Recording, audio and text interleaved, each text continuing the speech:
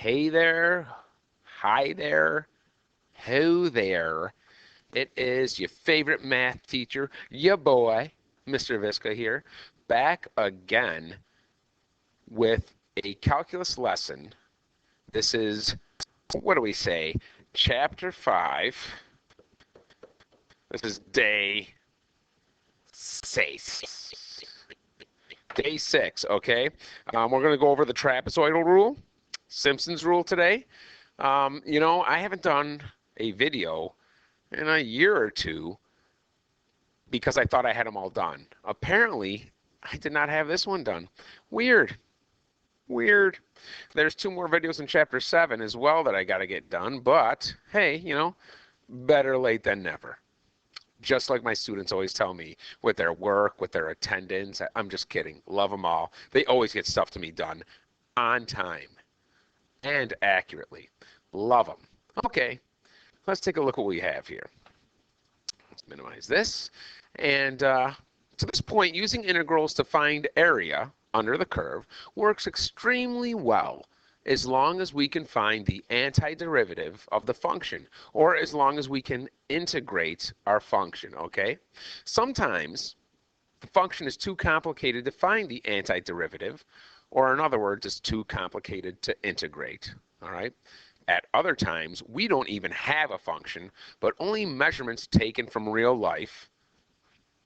And obviously, that's how they use calculus for real life, with measurements, all right? So what we need, okay, and I'm going to scroll down here, is an efficient method to estimate the area when we cannot find the antiderivative. Cannot, isn't that one word? I don't know. I copied and pasted this from another document that I had, and I'm pretty sure cannot is one word. But, I teach math, which is numbers, not so much words like cannot, because I cannot teach English. I am not certified in it. Okay, but regardless, let's stop veering with my massive ADD that I have, or ADHD that's probably undiagnosed. But let's figure out what we can do and how we can get an efficient method to estimate the area when we cannot find the antiderivative or cannot integrate it. All right, so here we go. We have an equation here. Y equals 1/8 x squared plus 1. And I want that area under the curve from the bounds, from when x is 0 to when x is 4. Those are my upper and lower bounds, or upper and lower limits of my integral. So let's find the area under the curve algebraically some way, and let's check this with a calculator. So first, before we do anything, let's actually put this in the calculator. Let's actually integrate it in the calculator and see what the actual area under the curve is from 0 to 4. So I want all this. Oh, and you know how much I love my highlighters. All this area under the curve. Yay! Look at us go. We want this area under the curve. All right? So I'm going to get out my handy-dandy calculator. I'm going to put this one over here so I can see the equation, and this one down here. So it blows up. You get a big, I don't know how small of a screen. Maybe some of y'all watch this on your phone. Maybe some of y'all watch this on a tablet. Maybe a computer screen. Maybe a TV, a smart TV. That's fine. Yeah, look at me. I'm on TV. Anyways, let's turn this on. And the reason I have the detached LCD screen is because it blows up the sides of the calculator screen. And for those of you that have smaller screens like phones or whatever, this could be helpful. So I'm going to go to math and then pick number 9, which is that function integration. We would pick 8 if we wanted the calculator to take the derivative for us of something and input a number. So I would output a number, okay? But in this case, I'm doing integration. So I'm going to pick number 9. And I want my bounds from 0 to 4. And alpha y equals enter. That is 1/8 x squared plus 1. All right, and my dummy variable is dx, the variable of integration, okay? And when I hit enter, there we go, 6.667. Anyways, it's 6 2/3. That's my answer. So the official area, if I integrate from 0 to 4, 1/8 1/8 x squared plus 1 dx here. My answer, 6.6, the line over it, approximately, because, you know, well, actually it's equal. It's equal if I have the line over it, but in math, we would say this way, that is exactly equal. If I didn't have this line on it, it would be approximately. This is my answer, okay? So let's start doing this algebraically, not using an integration. Because remember, sometimes we're not going to have an actual equation. Here we do, okay? So let's find ways without having, hypothetically, if we didn't have the equation, again, we have it here, okay? But the way we approximate area under the curve is, remember, we used LRAM and RRAM and mmram and all that fine stuff. And that's what we're going to do here. Now keep in mind, the actual area under the curve was 6.6 with a line over it. Okay, 6, 6, 6, 6, 7, somewhere along the line there. All right? So left-hand approximation, what that is the following. I'm going to take my table, okay, and I'm going from 0 to 4, but I'm going to make 4 equal rectangles here, okay? First rectangle is here. Yep, I thought I hit the red. This is my first rectangle. My second rectangle, and again, this is just review. I'll do this one in blue. There's this one right here. My third rectangle, we'll do that in green. And the last rectangle, we're going to do in yellow. Here we go. All right. I have those 4 rectangles. This is an LRAM. The L stands for left. So I want the Y value of this left corner here. I want the Y value for this left corner. I don't want the right corner. This left corner of the green rectangle and this left corner of the yellow rectangle, all right? So I want those Y values. I want the Y value at 0 to get this point. I want the Y value. I want the Y value, okay, at 1, which is this point. So I'm going to need this, and you'll see. I'm going to just fill in this table. When the Y value is 2, that's going to give me, or when the X value is 2, I want the Y value at X equals 2. And then when X is 3, I want the Y value when X equals 3. So I'm going to get that off the table. Now, I don't want this. How come? This is a right corner. This is not a left corner. We only want left, okay? Now, before I even come up with an actual area, when I get the area of all these rectangles and I add them all up, do you think it's going to be more or do you think it's going to be less than this? It should be less. How come? Because there's a bunch of area that we're not calculating. See all this area here? That's not included in this rectangle. So I'm not going to care. This area here, it's not included in this area of the rectangle. This area here, it's not included here. And this, so there's areas here above each rectangle that we're not calculating for. Okay, so it should be less. All right? So I'm going to do a little cheat thing here. And I'm going to take our equation, I'm going to plot that right into here. Alpha y equals enter. Say that is, 1/8 x squared plus 1.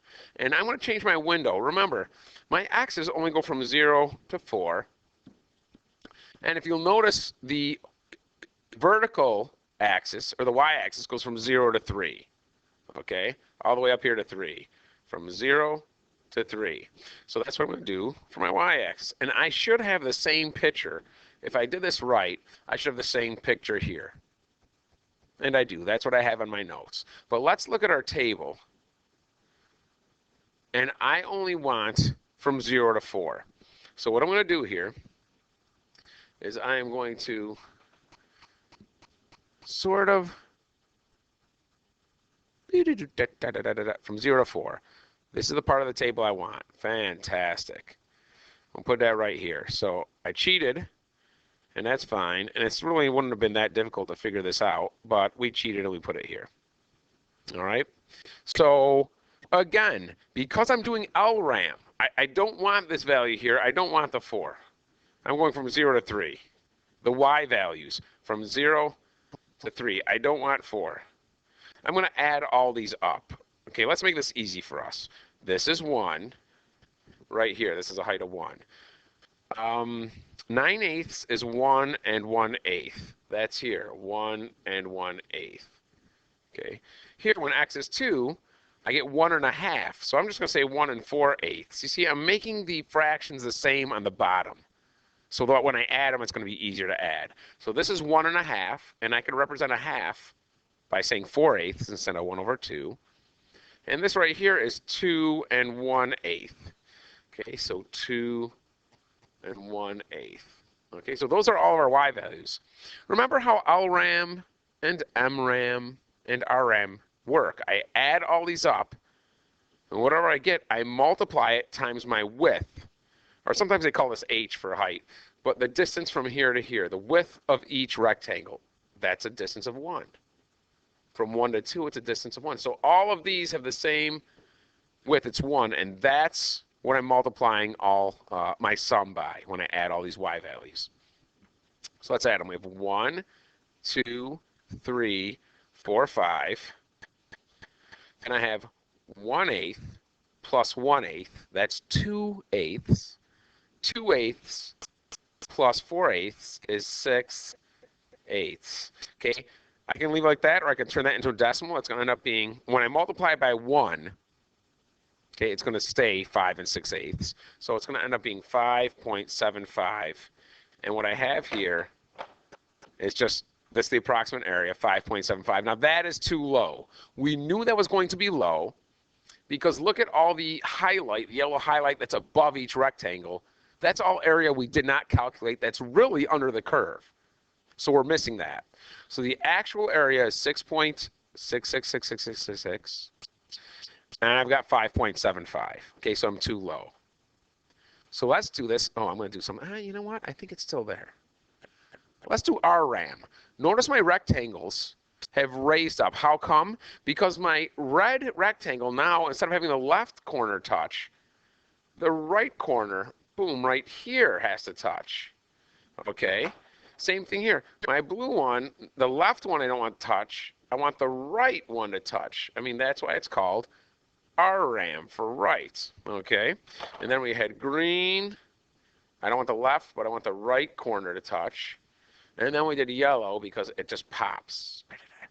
And I want the right one to touch. So now I want not the left corner, but I want this corner and this y value. So I want the y value when x is 1. I want the y value when x is 2.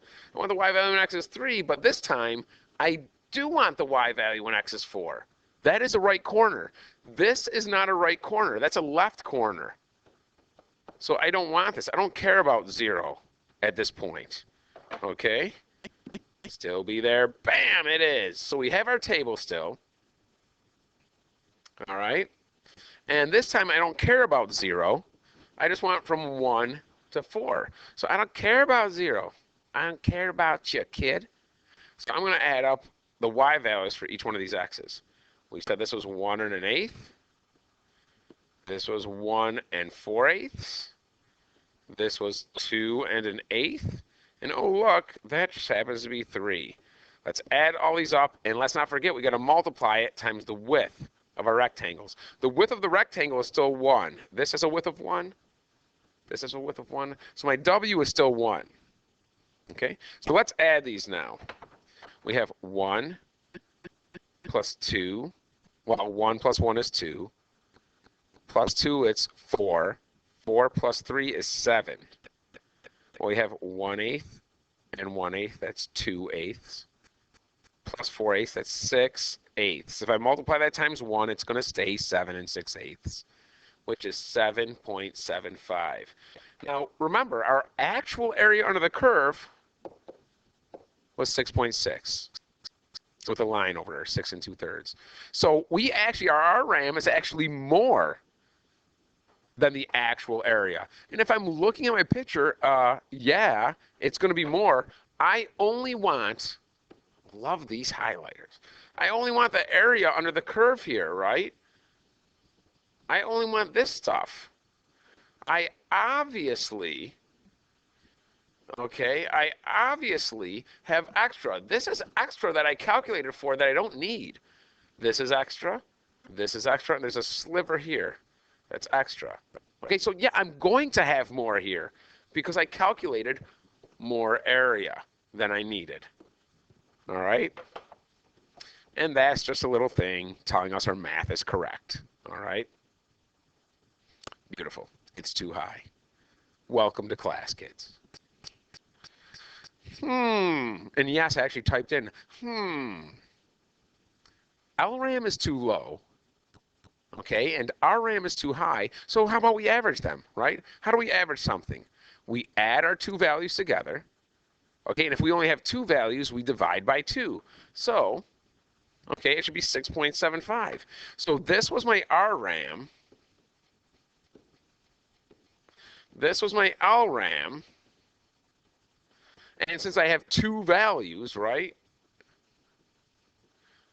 I divide by 2. And I get 6.75. Okay, that is closer. Okay, now if I were to figure out a percent of error, which you do not have to figure out the percent of error, I'm showing you this for a reason that you will see in a few slides. Okay, that is 1.25% in error. Too big, because we actually had a 6.6. Remember, that was our actual. Okay, we're at 6.75 with this estimate, so that's 1.25% too big in error. Okay, again, that's too high. So it's interesting that it's closer, but I mean, it's a lot closer than 7.75 and 5.75. So can we draw shapes, maybe that are not necessarily rectangles, under the curve to represent this calculation? So can I draw a shape that would give me this? So instead of doing LRAM and RRAM with rectangular approximation method, can we use another shape? And we can use a trapezoid. Now a trapezoid, this is what I'm going to do. I'm going to get rid of all this poop down here because I think we're going to use that space. And if you look at these are not rectangles anymore. Trapezoid. Boom. So I'm going to take this thing. That is clearly a trapezoid, people. So the question is, I got to figure out the area of all 4 of these trapezoids that are separated by those lines, okay, and add them together. Now, it's obvious that it is going to be a lot closer. There is not as much above or below the line as LRAM and RRAM were. It was easy to find the area of a rectangle. Some of you don't remember the area of a trapezoid. And we remember we used to call this base 1, this is base 2, this is the height, okay? And we say it's height times base 1 plus base 2, and then divided by 2. You can divide it all by 2, or you can just divide the height by 2, it don't matter. For our case, let's do it this way, okay? Let's do it this way. Because we're multiplying and dividing, it's the same. In PEMDAS, it's the same, so it doesn't matter what we do first, as long as we add first, because that's in parentheses, okay? So let's take a look at this. Let's see how this applies. So I'm going to do something right now that you don't have to write down. I just want you to watch. I'm going to explain where the trapezoid rule comes from, because it's slightly different than LRAM and RRAM, the way we set it up. And I'm going to show you that equation now. Okay, so and actually it's on your paper in that gray box. It's this thing right here. All right, notice we take, this is the same thing as our width. The width of the rectangle is the height, because if I look here, my H, let's see if I could do this without messing it up. My H is my W. What do you mean, Visca? That's confusing. Control group, yeah. If I do this, see how the H is the same thing as the width? Okay, so the H and the W are the same thing. So when I go here, this is whatever the W was. Like, for example, the W here was 1. Why? Because the width of each rectangle was 1. All right, so that distance on the x-axis that we call W in between to represent the width is now just the h for our trapezoid because we're standing it up on the end. All right. There we go. So we take our width or our height of the trapezoid and we always divide it by 2. This never changes. And then we take our y values from our table, okay? Just like LRAM and RRAM, and we've got to add them all together. However, the very first term and the very last term, we do not double. Everything in the middle, we have to multiply by 2. This confuses kids, okay? Same thing with this right here. So I'm going to explain it so that you understand why it's like this. But after I explain it, all you got to do is just know the formula and use it all the time. On the AP Calculus exam, there will be 1 or 2 questions, I guarantee. Okay, if we're not doing a shortened online AP exam, okay, if they give you a full sit-down paper and pencil AP exam, there will be 1 or 2 questions at least that deal with the trapezoidal rule. Okay, let me explain how we get this based on using the areas and adding all these areas together, okay? You don't have to write this down, just follow along. Let's look at this rectangle. Let's look at this trapezoid right here.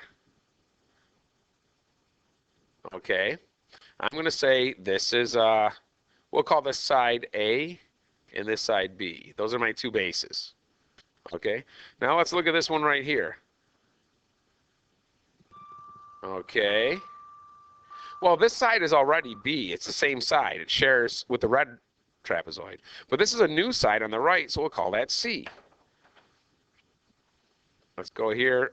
This blue trapezoid. Well, the left side is already C. It shares that with the green trapezoid. The one on the right is new, so we'll just call that D.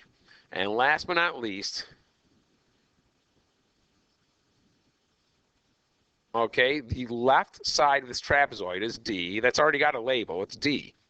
So the one on the right is new. Let's call that E.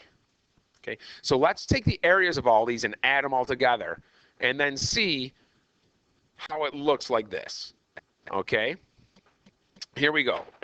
The area for the red trapezoid, I got to take my height, right, divide it by 2. Then I take, and I'm not even going to put parentheses here, and I multiply that times A plus B. Okay, and I should put parentheses. So that's the area of the red one. I got to add that area to the area of the green one. I take my height, which is the same as the height for the red. It's all a width of 1, so that height is going to be 1 for all of them. So that will be the same. I divide it by 2, because again, we're using this for every trapezoid here. And I multiply that, but those sides are B and C, right? So B plus C. Okay. Wait 1 minute. Okay, my apologies. I had to pause that for a moment. But now we're going to add the area of the blue trapezoid. Again, I take my height, I divide it by 2, and I multiply it times C plus D. Those are both my bases there. And last but not least, I've got to add the area of the yellow trapezoid. It's still my height divided by 2. And I got to add D and E together. Okay? So let's take a look at this. The first thing I'm going to do as a mathematician, again, just follow. Don't write this down. I will tell you when to write down. Okay? Let's factor out our H plus 2 out of everything. That's going to make things easier. So let's take that out. I got H over 2. Okay. Okay, these are all gone now. Bye-bye. I factored them out. Now look what I have left. Okay, I have A plus, okay, I have 2 B's. So let's just combine like terms. There's 2 B's there. Plus, oh my, there's 2 C's here. Look at that. Okay, plus, and let's, oh, tally-ho, there's 2 letter D's here. Okay, plus, and then, okay, there's just an E. Boom. Look at what I have written down here, and look on your paper for the trapezoid rule. That's how this adds all the area. You see how I said the first and the last term don't get doubled, but everything in the middle gets doubled? I call these two terms my bookends. The bookends never get doubled. Oh, by the way, look on the outside, h divided by 2. So let's go back to our problem here. Our h divided by 2 is on the outside, and my bookends do not get doubled. Every y value that is not a bookend, when I start to add up my y values, doubles. Why do I call them bookends? If you have a stack of books here, here are a stack of books, and you just see the spine like it's a library shelf. They're all different heights, whatever. And then you have these heavy bookends that kind of look like, I don't know, I'll draw them like trapezoids, whatever. These are the bookends. They're weighted, they're heavy, they're there to make sure the books don't topple over, right? Okay, my bookends do not double. My books, everything in between them does. Everything in between them does. So let's take that mentality and apply it and actually use the trapezoidal rule. Okay, so let's go here. All right, I'm going to erase all this. So if you don't want this erased, you can just pause the video and write it down. But I told you, you don't have to write this down. Okay, you don't have to write this down. And we're going to use the trapezoidal rule. Here we go. So we are going to, oh man, is it still there? Oh, it's still there. I love it. Okay, so I want to use the trapezoidal rule, okay, to solve this area under the curve. And remember, we should get 6.75 if we do this right. Okay, we should get 6.75. So this is a bookend, this y value, bookend. Okay, to 4, this y value, it's a bookend. These are not getting doubled. Okay, so I've got 1 plus, and then in the very back we got plus our 3. Those are our bookends. These will all get doubled. This was 2 and an eighth. Yeah, I'll be okay. It was 1 and an eighth. 2 and an eighth was the last one here. This is the same as saying 1 and an eighth, but I got to double that. So 2 times 1 and an eighth. Plus this one, which we called 1 and 4/8, that's 1 and a half. I got to double that too. 2 times 1 and 4/8. Plus, oh, this was my 2 and an eighth. That is a book. That's not a book end. That's in the middle. Okay, so I got to take 2 times 2 and an eighth. And oh, let's not forget, it's our h divided by 2. I'm not just multiplying it by h or w. These all have a width of 1. 1 over 2. That's the trapezoid rule. There will be at least 1 or 2 questions, at least on the AP exam dealing with the trapezoidal rule. I guarantee it. Let's solve this. Oh, by the way, this is one you were supposed to write if you haven't figured that out. I'm so sorry. I'm so bad at what I do. Okay, so we got 1/2. 1 plus 2 times 1 and an eighth is 2 and 2/8. Okay, sorry for that horrible 2.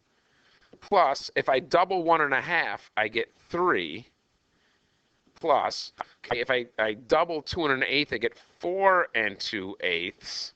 Okay, then I have my plus 3 here. So I doubled this, I doubled this, I doubled this. This does not get doubled. It's a bookend. This is a bookend. It doesn't double. So we're going to get our sum and then cut it in half. Multiply it by 1/2. Okay? So, ooh, boy, don't leave me yet. Okay, 1, 2 is 3. 3 plus 3 is 6. 6 plus 4 is 10. 10 plus 3 is 13. 2/8 and 2/8 is 4/8. So it's a half. So I can say 1/2, I can say 0.5, whatever. I still got to multiply it by a half. And if I do that, 6.75, which is exactly what we have here. Okay, so it's 6.75. Trapezoidal rule, you got to know it. Do you have to understand how we come up with the actual formula? No, but I have students who want to see it because they need to They need to believe in it. You got to believe in something. But when I explain to them how comes it makes more sense, okay? And these numbers here and values here make more sense, okay? So that's the trapezoidal rule. Quick points. Every once in a while, they'll give you a trapezoidal rule, and it'll just be between two values, like 0 and 1 or something. Or between 0 and 4. That's one big trapezoid. Okay? If there's no books in the middle of my two bookends, then I don't have to double them. Meaning, if I were to only have two values, let's say, for conversation's sake, I did the trapezoidal rule between 0 and 4, and there was just one rectangle, or one trapezoid. None of this stuff. Okay, 1 is still a bookend. 3 is still a bookend. There's no books in the middle, so I don't have to double anything. My h was still, my width is 4 over 2. Okay, so this h value, the distance, or the width between here is 4, between 0 and 4. Okay, that would be the h value. Okay, from here to here, from 0 to 4 is 4. That's my h value. Okay, if there's no books in the middle, I don't double anything. That happens occasionally, so just be aware of it. All right. Okay, what about mmram? Goodness, we are going for a while here. How are we doing at time? Ooh. What about mmram? Okay, well, for the sake of ease, I put the values for mmram, our y values, on our notes here. So again, I don't want the left side to touch. I don't want the right side to touch. I want the middle of each one of these things, okay? So I want the middle to touch here, the middle to touch here, the middle to touch here, and the middle to touch here. That's why it's called mmram, for mid. Okay. Why that's two m's? It's an mmram. That's something new.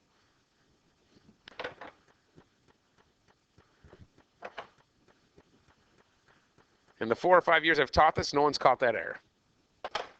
Okay, so it's a midpoint or a mid-rectangular approximation method.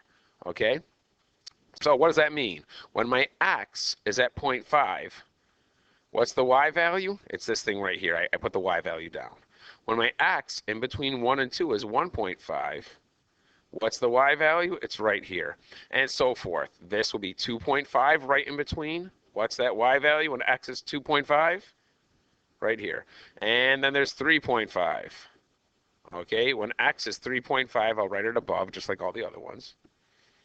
Okay, what's the y value? It's this right here. So what I need to do is, again, if this were my table, okay, if this were my table, here are my x values, and here are the y values, corresponding y values. I still got to add these up, and then whatever that sum is, I need to multiply that times my width of each rectangle. The width of each rectangle is still 1. What do I mean?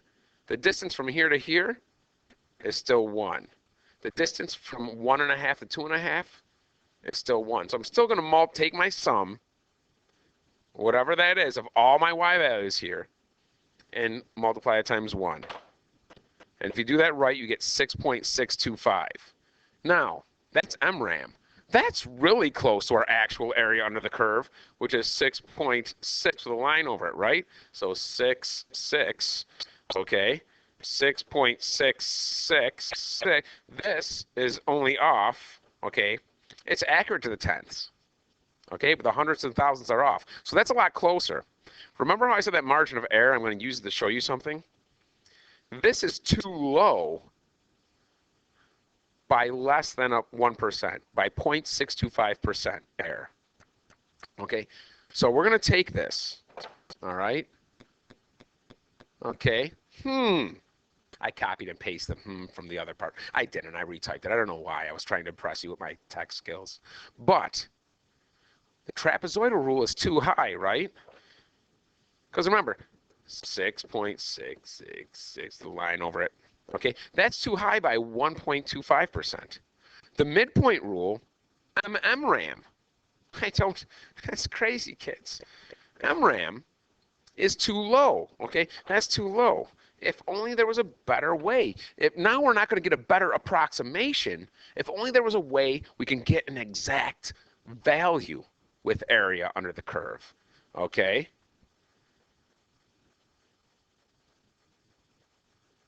Here we go, and I'm about to show you how we do that. Now, let me teach this first, and then I'll give you my little information about the AP exam with this method we're about to learn. All right? Trapezoidal rule is too high, midpoint rule is too low. Notice that the trapezoidal rule gives us an answer that has twice as much error as the midpoint rule, but in the opposite direction. This 1.25 is exactly twice this. So this is 2 times higher or above the actual 6.666 than this is. Okay? So let's use a weighted average. What do I mean? Well, if this is 2 times higher, I'm going to double this just to make it even. Okay? If I'm standing in a position right here, and I go this way 4, and I go this way, well, let's call this 6. If I go this way to the right 6, but I go to the left 3, well, don't I want to double this side, the smaller side, to make them equal? Now I'm at 6. So I'm going to, and if they're pulling in the opposite directions, equal strength, you ain't going nowhere. You're just staying right here. So I'm going to double this to make up for the excess amount here that's pulling in the opposite direction, so to speak. Okay, so let's use a weighted average, okay? Here's my mmram. Or I should call that mmram. Okay, I need to double it. I'm going to add that to my trapezoid rule. Trap. Sorry. But I got to divide it by 3. How come I got to divide it by 3? Technically, there's 2 of these and 1 of these. So it's 3 to average out. And look at that. Exact. We get an exact answer. That is an exact answer. Okay? But, I mean, do I really got to do the trapezoid rule? Then I got to go back and do the mmram rule. Then I got to double the mmram, add that to the trapezoid, then divide by 3? No. Because just like the trapezoidal rule, there's another rule we can use that will give us that exact answer. And my God, they knocked it out of the park when they named it the Simpson Rule.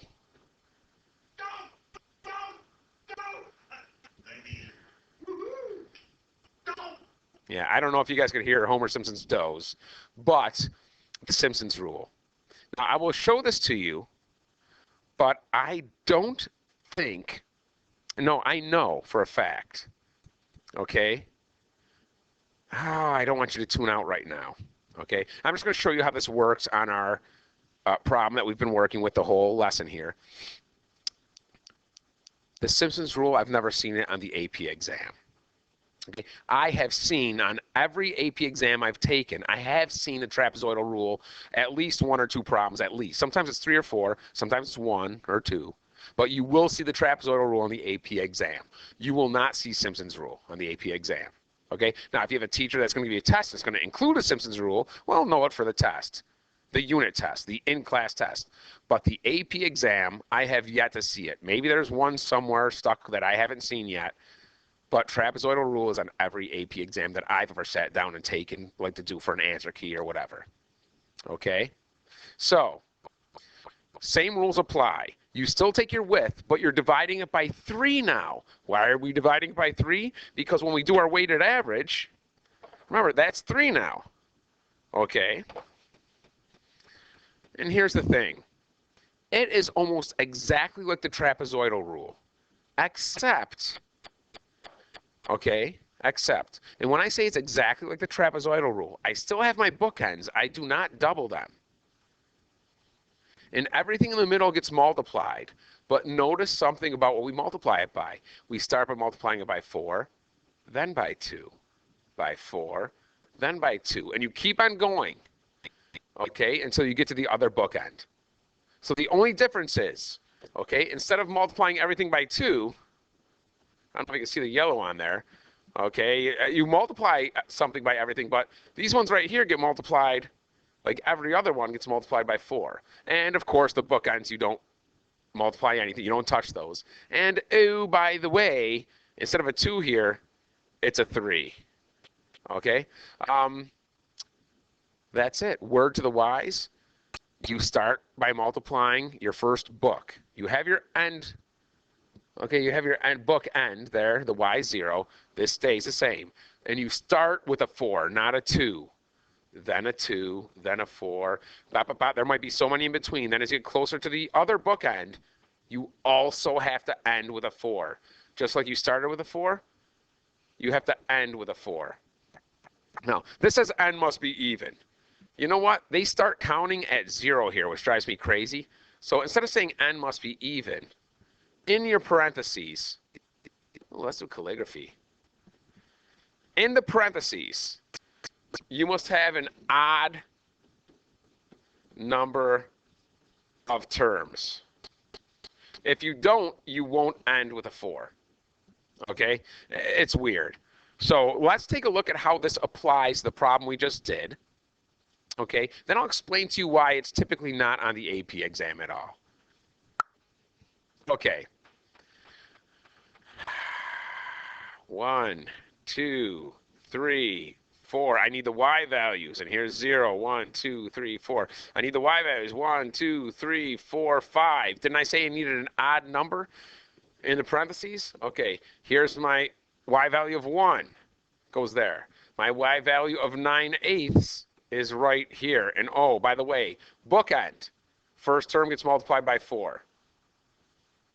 Next term gets multiplied by 2. So this is 3/2 is this one right here. Remember, it's 1.5. Next one gets multiplied by 4. 17/8 is the y value here. Remember, this table does not change. That's this table right here. Look, we just did 17/8. Okay? We're doing all of these from 1 to 3. It was weird what I just did. Okay? And then 3 is our other bookend that we do not touch. Okay? So we double these. Bookend right here, bookend right here. 4 times 4 times 2 times 4. There we go. Times 4 times 2 times 4. Notice how we have an odd number of terms in here. 1 term, 2 terms, 3 terms, 4 terms, 5 terms. If I had one less term, I'm not ending by multiplying by 4, am I? I'm not, so you need an odd number of terms here. Okay? I do my multiplication by my 4s and 2s in here. Then I add them all together, and then I multiply by a third. A third of 20 is 6.6 with a line over it. Now, there you go. Why do I not do Simpson's rules? Because if we need to find, if we have an equation and we need to find an exact area under the curve, we're just going to integrate it.